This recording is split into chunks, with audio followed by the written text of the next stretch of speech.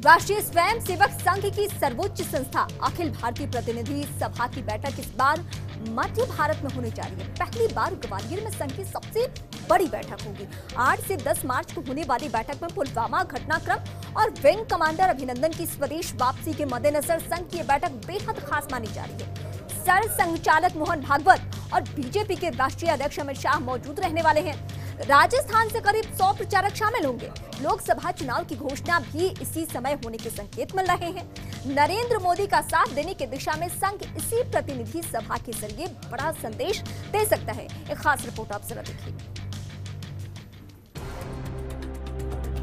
वैसे तो सीधे तौर पर चुनाव से राष्ट्रीय स्वयंसेवक संघ का वास्ता नहीं होता है, लेकिन लोकसभा चुनाव के आगाज की संभावनाओं के समय ही 8 मार्च को मध्य प्रदेश के ग्वालियर में संघ की शीर्ष संस्था अखिल भारतीय प्रतिनिधि सभा होने जा रही है। बीजेपी को संघ का अनुषांगिक राजनीतिक संगठन माना जाता है और राजनीतिक शाखा के राष्ट्रीय अध्यक्ष अमित शाह भी इस दौरान ग्वालियर में मौजूद रहेंगे। लिहाजा मातृ संगठन से मिलने वाले दिशा निर्देश बेहद खास रहने वाला है। पुलवामा घटनाक्रम और जाबाज विंग कमांडर अभिनंदन की वापसी का विषय भी संघ की बैठक के तत्कालिक विषयों के एजेंडे में रहेगा।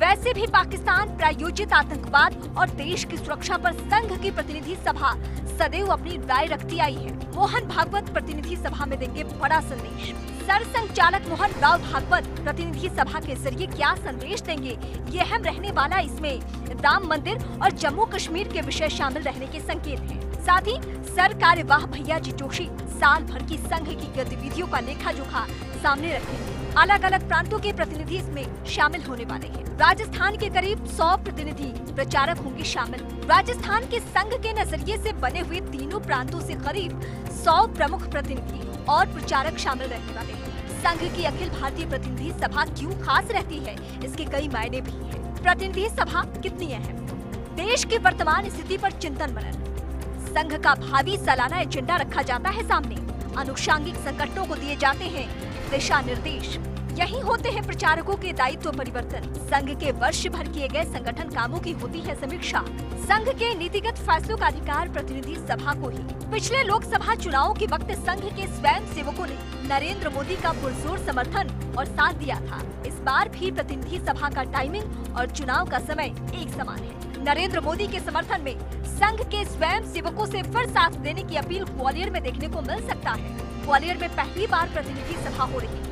बीते चुनाव में हिंदी पट्टी के 3 राज्यों राजस्थान, मध्य प्रदेश और छत्तीसगढ़ में बीजेपी की पराजय के बाद संघ की इस बैठक का खास महत्व है। लोकसभा चुनाव के परिप्रेक्ष्य में बैठक बेहद विशेष रहने वाली है। हिंदुत्व और भारतीयता का एजेंडा सामने रखने के साथ ही सेना के अदम्य शौर्य और साहस को प्रतिनिधि सभा में सराहा जाएगा। साथ ही श्रद्धांजलि भी दी जानी है उन वीर जवानों को जो देश के लिए शहीद हो गए। प्रतिनिधि सभा के लिए ये अच्छी बात सामने आ सकती है कि पिछले 1 साल में संघ की गतिविधियां बढ़ने के साथ ही युवा स्वयं सेवकों की संख्या में बढ़ोतरी की बात सामने आ रही है। फर्स्ट इंडिया के लिए योगेश शर्मा की रिपोर्ट।